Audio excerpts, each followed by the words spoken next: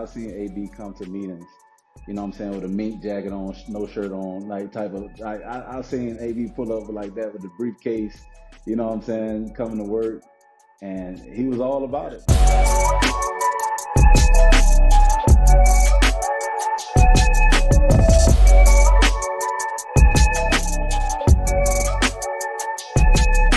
Today, we're joined by NFL veteran who's been a key player for some of the league's most iconic franchises, from the Steelers to the Browns to the Titans and 49ers. He's battled some of the toughest defenders on the field and been a part of some of football's most heated rivalries. I need y'all to show some love for my man, Chris Hubbard. Chris, what up, though? What's going on? How everybody doing out there, man? We are great, man. Good to have you with us, man. Man, we ain't gonna hold no punches, man. Let's just jump right into it. I know you probably just coming from the facility and fresh off the press. Oh, yeah. Roger Goodell speaks on the relationship with Jay-Z and says that they are not changing their relationship after these recent sexual assault allegations. What message do you think that that's sending? What is the thoughts, perhaps, in the locker room that you just left? Man, honestly, I feel like it's a lot to even digest because it's all so fresh, you know, with the whole allegations and everything that has come out, you know what I mean? So, you know, you're hearing about it, you're trying to get more information on, you know, what's what, you know what I mean? Because we all don't know what's going on, you know what I mean? We just know that there are allegations that's out there. You know, we don't know what transpired behind closed doors. And, you know, he said his piece apart of what's going on is what's taking place and how he's moving forward. You know, I think the whole thing about the with the partnership with that, you know, it's all about money, man. You know, when it comes down to it, and it's just not enough information for me to really speak on it because it's so fresh, it's so new, and I just think with Roger Goodell, he's always going to make a money move, man. You said he's gonna make a what move? He's always going to make a money move. Got you. Understood, man. Understood. No doubt. You know, obviously the Super Bowl is, you know, it is just that. I mean, it's probably one of the biggest global events, period, of any sporting event. And, you know, we know what that relationship has, you know, it seems like it's been fruitful. I know his wife is going to be performing on Christmas Day, you know, for the NFL at halftime. Right. So, you know, it seems to, you know what I'm saying, speak volumes just for them to retain that, because I think a lot of people were waiting for some other type of information to say, oh, you know what I'm saying, this is what it is. But he had a strong response. We'll see what happens with that. You know, switching gears, I know you played for the Browns, and you probably saw what went down with Ohio State and Michigan. That was a tough loss, right? And the planting of the flag in the center of the field right there. And now Ohio State Representative Josh Williams has brought forth some legislation that can make it a felony to plant your flag in the center of that field. What do you think about that? And do you think that's taking it a little too far, or what? So I'm gonna break it down for you, man. Like I believe that, you know, those rivalries are huge, man. You know, those they go all the way back, man, all the way back into time. And you know, when you plan those games, you plan them at a high level. You plan them because like it's a lot at stake. You know what I'm saying? Also, too, there's a lot of history, man. There's a lot of history when you break it down from Ohio State and Michigan, and even other rivalries that's out there that's in college football today. But when it comes down to like the making it a felony, that's a bit harsh, man. You know, that's a bit harsh. I do think that there should be some kind of stipulations on, you know, when it comes to when the game is finished, you know, no flags should be on the field. You know what I mean? Make it to where no flags are out there, to where we don't have that situation that occurs at the end of the game. So guys are not being injured, guys are not being in those scuffles and stuff like that. Make it to where you don't have the flags out there. You take that away, then you don't have a chance to put a flag in the middle of the field and have anybody to get harmed. But I think that's a bit far when you trying to make it a felony case, man. Like that's too far, man. To my opinion, I think it's. Well, I'm too a far. Buckeyes fan, man. So maybe I'm thinking, you know, knowing what it is at Ohio State, man, at the Horseshoe, maybe they need to just go ahead and make it ceremonial so that when it goes down, you know what I'm saying, They really clear it out so that this could be planted and it's a real moment. Exactly. Just an idea. You know what Yeah, I'm saying? I agree. I agree. I agree. I think there should be more things that should be done prior to the game. They know what type of rivalry Yeah. it is. Set up some ways to so that we can prevent those things from happening. You know what I'm Yeah, it's saying? all a money maker though. At the end of the day, to your point, man, Exactly. both these schools are making a Exactly. whole lot of money off of this rivalry, so we know what that is. Facts. Let Yeah. me ask you this.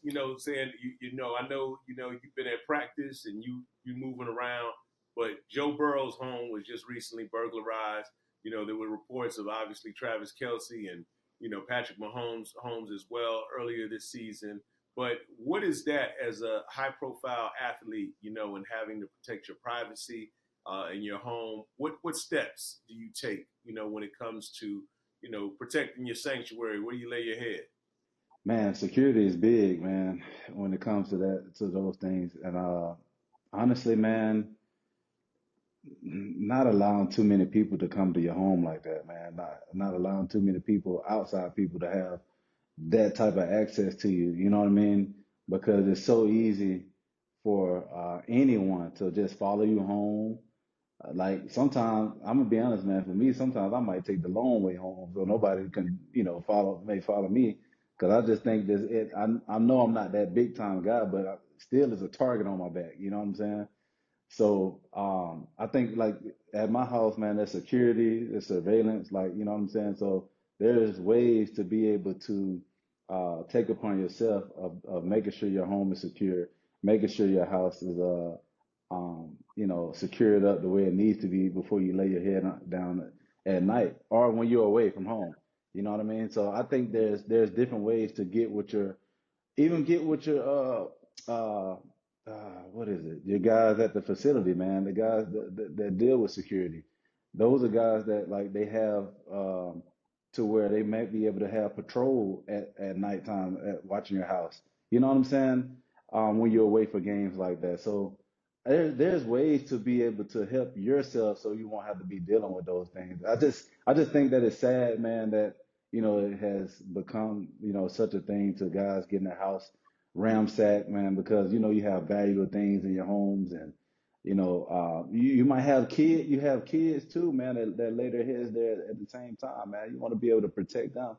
And sometimes you feel unprotected when you don't have that security there, man. So I know for me, man, I'm make sure that house is gonna be secure, Absolutely. man. On another note, I know Ocho has talked about wearing, fake jewelry. Is that more of a common theme than we really, know when it comes to a lot of athletes at this day and age, or in this day and age, just in terms of, protecting themselves from getting got. Yeah, look, like sometimes that is a go-to. I've even heard about Justin Fields, man. Heard about Justin Fields where he doesn't wear real jewelry. It's all like, it's a fake jewelry. Not, I mean, I guess it's a website that you can get some close Yeah, similarities to real. You know what I'm saying? And I just think that, man, the less the less you show, you know what I'm saying? I guess the less you bring a bunch of attention to yeah, yourself, you know? no doubt, man. Let's keep it in Ohio for a quick minute with the Bengals, man. Chase Brown jumping in that Salvation Army kettle with the celebration, man, at AT&T Stadium, and the fans were cheering him on. Obviously, it got a lot of people excited, but it raised some questions about these celebration policies. Do you think these moments are good for the fans and for the league, or should players be more cautious, or people just simply overreacting? Oh man, it's tough because when you see something like that happen, okay, yes, you're thinking about protecting yourself as a player, being smart because injuries can occur like at any given moment or something like that. But also too, I believe it does bring awareness on, the Salvation Army, man, like, giving back, giving to those charities, man, and it brings more to them because it's a lot out there that people that don't really understand what people may be going through and they need help. I think it's cool, man, but then I also think that it's a cautious thing to it. he could have stood by it or something like that. He didn't have to jump inside. You know what I'm saying? He could have been like, pointed at it like, hey, like, man, Salvation Army, you know what I'm saying? Like, man, donate or something like that. But I think, we just got to be careful with celebrations, man. They're starting to pick up on a lot of those celebrations, man. And, the NFL is just, I'm gonna be honest, sometimes the NFL is, they're always trying to get your pockets, man. Those fines.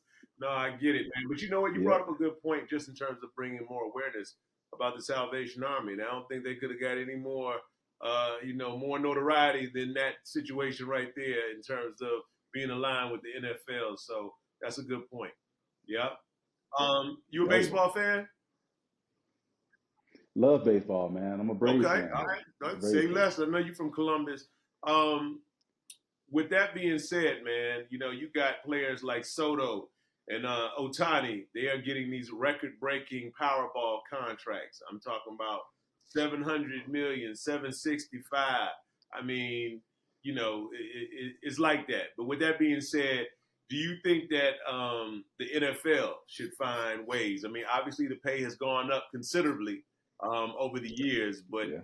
with the amount of income that a league like that makes, should the NFL get more guaranteed, salaries, higher salaries for its players, considering the physical toll? It would be nice, man, because you got a lot of great players, man. The baseball, you have the different variations from baseball to football, man. We have more players in football, you know what I mean, than baseball. I can't remember the exact number that baseball players have. I think it's like maybe 15 or 20 something guys.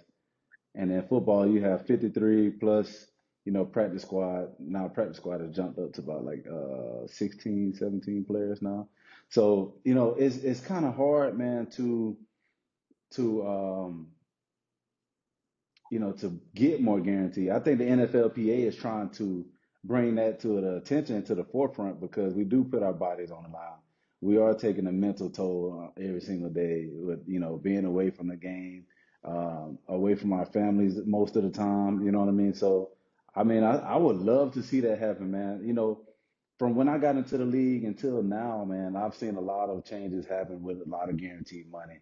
Nowadays, guys are getting those really good contracts as far as NFL guys, man. They're really getting a guarantee and making sure some guys are even holding out until they get that guarantee, man.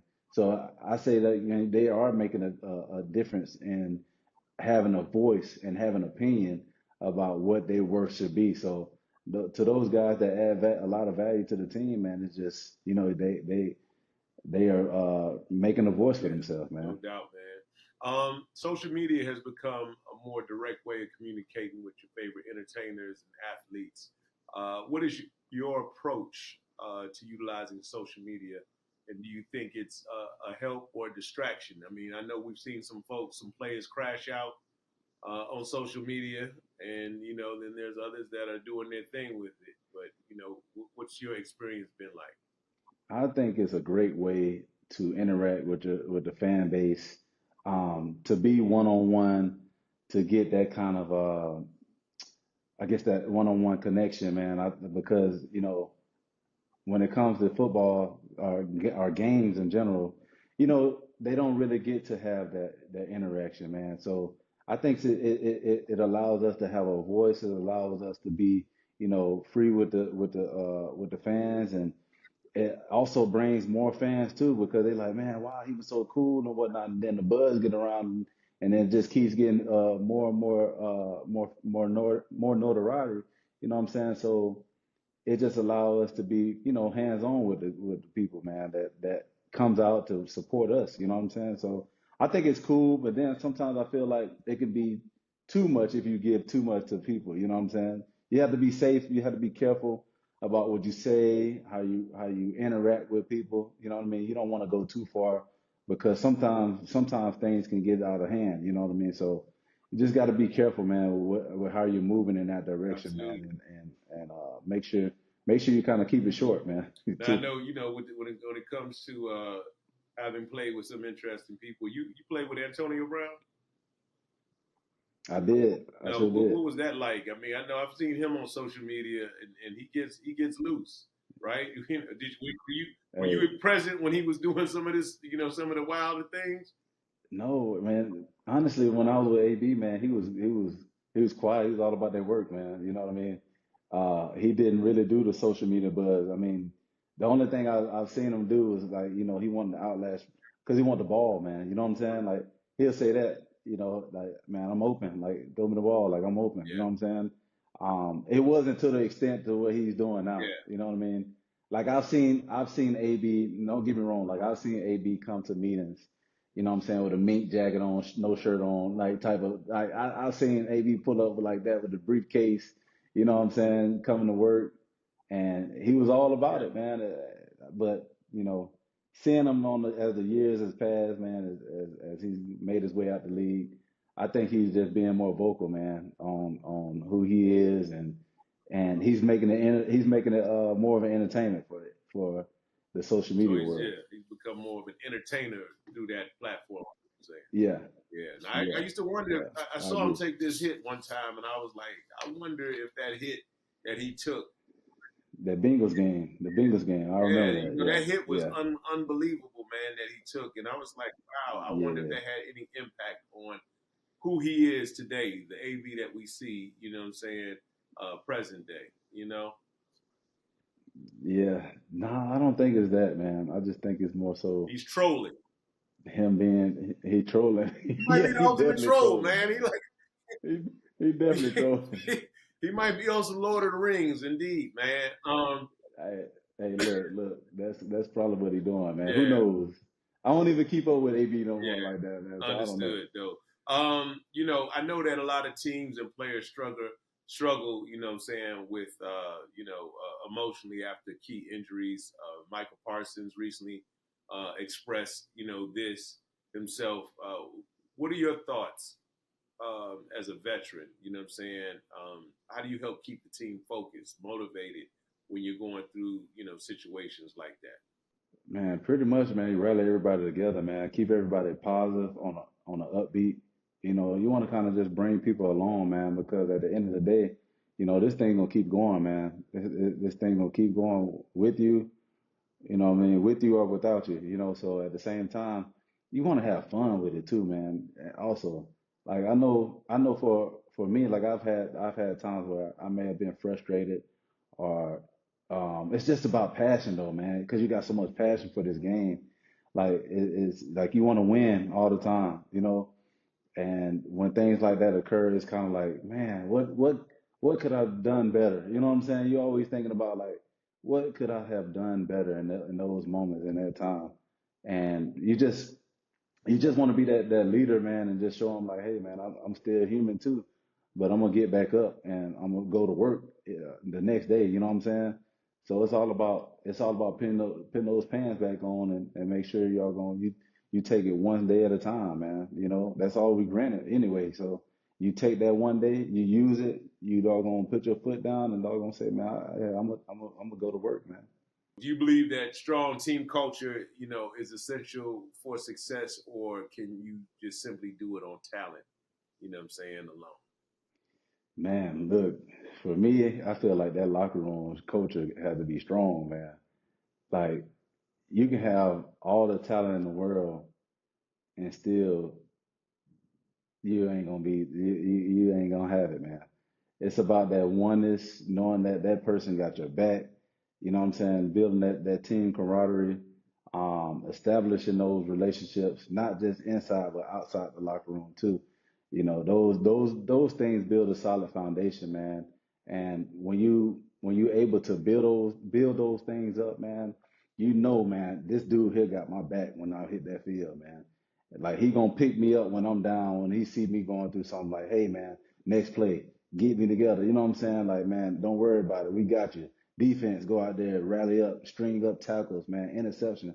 Man, we got the offense back. You know what I'm saying? Like special teams, we gonna go out here on kickoff, get the ball back for y'all, man. Whatever kick return, we gonna set the offense up, man, for y'all so y'all can go out there and have great field position, man. I think all those things translate from inside the locker room to outside there on that football field, man.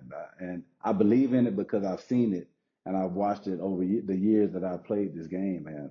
So I truly believe in a strong, solid foundation locker room. Definitely translate out there to on that Right, field, man. no doubt. You do yoga, Chris? Yes, I have done yoga before.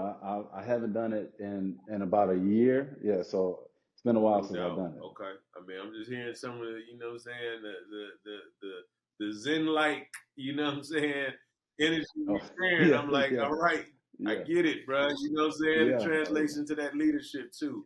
But Yes, I want sir. to ask you, you know, some of our fair or foul topics as we switch gears a little bit, man. And you know, of course, in this segment, you know what I'm saying, if you agree with something, you know, it's fair. But if it's a foul for you, you know what I'm saying, the most important aspect of it is why. You know what I mean? And so I want to throw a couple Yeah. things, you know what I'm saying, that are ongoing right now. Of course, you know, firing coaches is something that comes along with the territory, you know, but your thoughts on coaches being fired mid-season. Is that fair or foul? Man, I'm gonna say foul because for me, it's like you're having to change gears in the middle of the season, man. It's tough. It's tough on the organization. It's tough on the team. It's tough on the players individually, like around in that locker room. It's like, man, I know it's a next man, league when that does occur, but at the same time, it's just like so much has changed. You know what I mean? When you thinking about firing a coach in the middle of the season, man, it definitely takes a toll out on the players, man. You know, Randy Moss, obviously, he recently said he was going to take some time.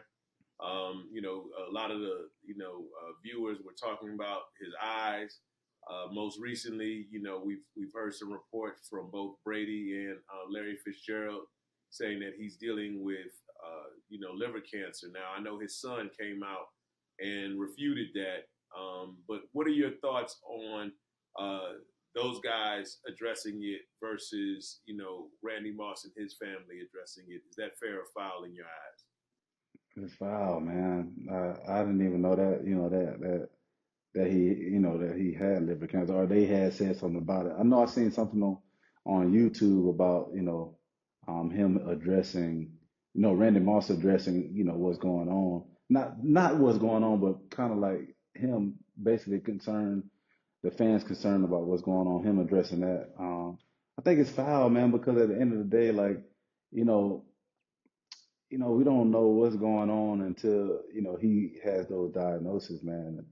I don't feel it's as right until it comes from the person's mouth itself.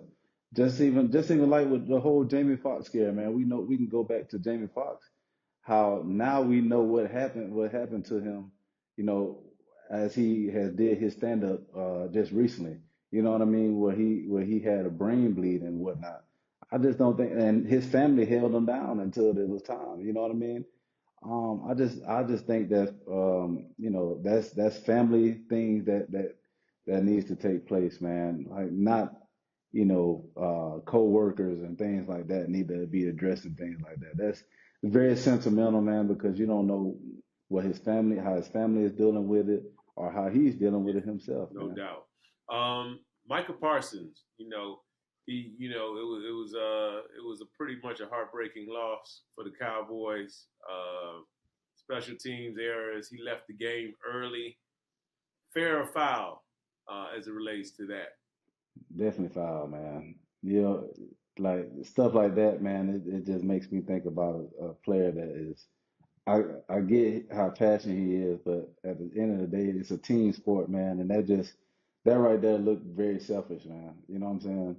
Like you leaving the game with, I don't care how many seconds it is, man, but at the end of the day, like when the clock is 00, yeah, you go back into the game, man. Go back in the locker room and adjust from that game and move on, man. Like that just shows a lot about what's going on with him, as a player, as a person. Um, I don't like to see stuff like that happen because this game it's been a lot to me. It means a lot to me, but also I would cherish it and also respect it in such a way. I think it's all about respect. And at that time, I felt like he kind of disrespected a lot of guys. Got it. Um, Let me ask you this, man. Having faced some of the toughest defenses in the league, man, and some vicious pass rushers, who has been your toughest matchup on the field? You know, and what made them a challenge, Man, I'm gonna have to say TJ Watt, man. It's between I'm gonna say two because I played Von Miller in his prime, man, Miller. when he was at Yeah, Denver. yeah, that boy. You know what I mean? I'm gonna say So Von. Von Miller, you For talking me, about it's Broncos, Von Miller, Von man. Miller? I'm talking about Von Miller. Like I played him when he was there, and Lord knows, man, I didn't give up a sack, but man, he was a headache to block, Yeah, man. It's just him doing the dips and rips, and he's strong too. Like he was using it at that time. He was using that one arm, yeah. long arm, man. He Like got a motor on him. he was, and he had a motor, man. He did not want Yeah, to stop, man. And I think that was he's one of them guys that, man, he was jumping the snap. Playing in Denver, bro. We on solid count, so you got to look at the yeah, ball. You got to look at the ball inside, and then you got to wait. You got to get back to yeah, block him. So man, yeah, Von Miller was a real deal with the yeah. Broncos, man. You know what I'm saying? Like that was. And then I'm gonna have to say T.J. Watt because I played him, numerous of times when I was with Cleveland. You know what I mean? So he's a guy too, man. He jumps off the ball as well, man, and then he'll dip and get past you in a heartbeat if you don't put your hands on him. So yeah, those guys Yeah. are swift, It man. must be something in their family line. You know what I'm saying? It's something. Hey, look, I don't know because I played J.J. Watt too. I played J.J. Watt too. I played J.J.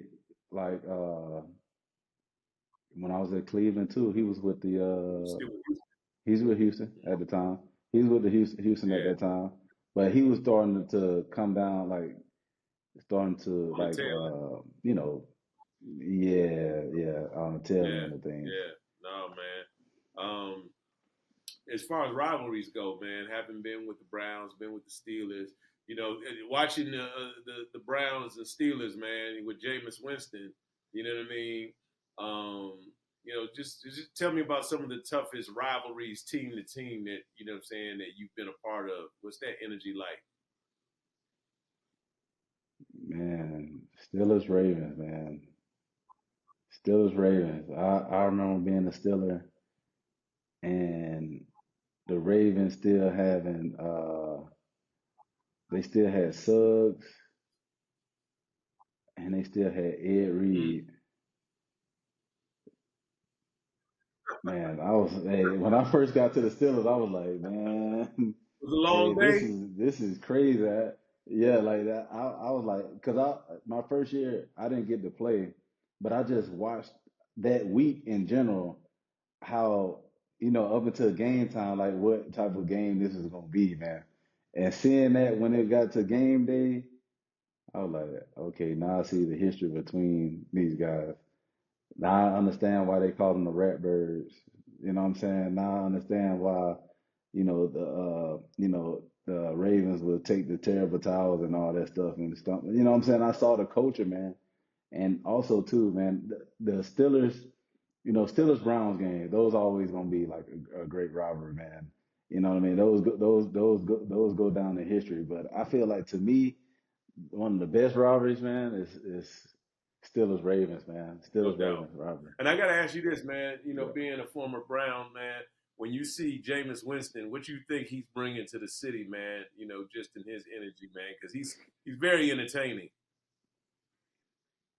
Yeah, I love it, man. I think they need a quarterback like that, man. They need a guy to be uplifting. Also, man, he's not scared to talk about the Lord, man. You know what I'm saying? Like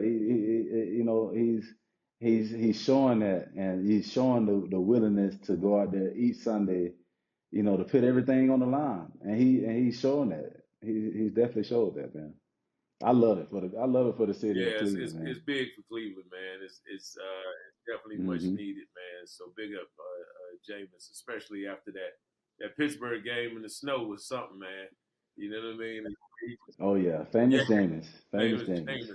Jameis. As we close it out, bro, you know what I'm saying? I wanted to get your thoughts, Super Bowl predictions, bro. What are you thinking?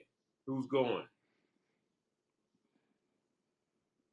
Well, for me, I keep saying Detroit, man. I keep seeing Detroit in there, and I see the Chiefs, Okay.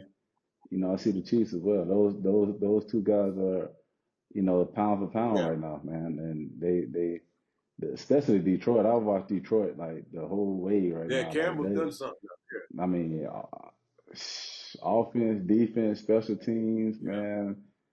Like you name it, man. They all playing on a high level, and Dan Campbell definitely bringing. He's pulling something out of these guys that I've never Yeah. seen before. Indeed. And I will say he has definitely been the savior in Yeah. Detroit, man. Indeed. Um, Saquon Barkley, man. You know what I'm saying? I got to get your thoughts being on, you know what I'm saying, on offense. What about him leaving the Giants, what he's done for Philadelphia? You know what I mean? What are your thoughts on him?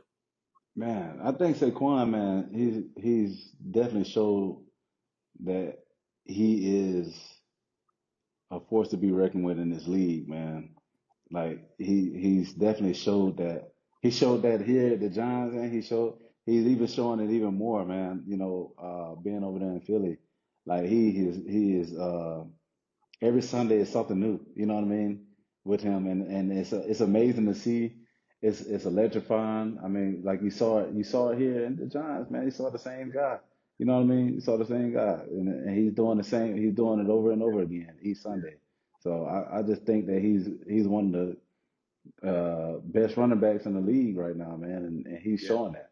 You know, definitely. And lastly, obviously, man, being in New York with the Giants now, man, I know it's been tough, right? So what do you think? What's the energy like? You know what I'm saying right now for the squad.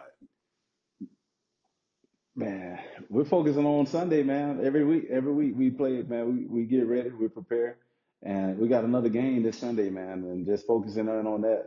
We all together, we all together. We all gonna stick together. We all gonna play together, and that's what type of team that we are, man. We gonna continue to work, continue to keep our head down and keep our head up and keep going, man. That's the energy that's in the locker room, man. Nobody's blinking. Everybody's prepared. Everybody's getting ready for Sunday. And we're gonna continue to do what we need to do. No doubt, man. And, look, closing out, we keep getting these breaking news stories, but Bill Belichick, man, reportedly going to UNC. I got to get you on that, Chris. I But knew, what you think, man? You think you yeah, think Belichick's gonna be able to, say if that's the case? I'm not sure. They must be finalizing the deal, and I'm sure he damn near 80, yeah. man. And I know it's a big check. Hey, look, knowing Bill Belichick, man, he gonna bring in recruits. He gonna make sure that team is like solid. I'm talking about solid, man. I know he's gonna change that North Carolina fan base, and I believe he's gonna do an amazing job, Yeah, man. Um, it's exciting. I know he's excited. You know what I mean? I think he wanted to tackle in to get more guys prepared for the league, man. I think that's what he's gonna do. yeah. I definitely think that's what he's I'm gonna do. interested to see how he's able to motivate these youngins in that regard. Yeah, Versus obviously when you're dealing with guys on that next level, that's a different vibe, and he's got a different energy. So it's yeah, gonna be something to see. yeah, He might really be able to put UNC on the map. I know Duke got a solid squad. You man. know what I mean? Yeah, Yes, sir. I think it's gonna be fun to watch. It's gonna be fun to yeah, watch, man. I'm gonna tell anybody in that conference, man. Look, they better be prepared, man, because Bill Belichick, man. Hey, seeing him in the league and know what he's yeah. capable of, yeah, he gonna give No everything he doubt, got. bro. Man, look, I really appreciate you.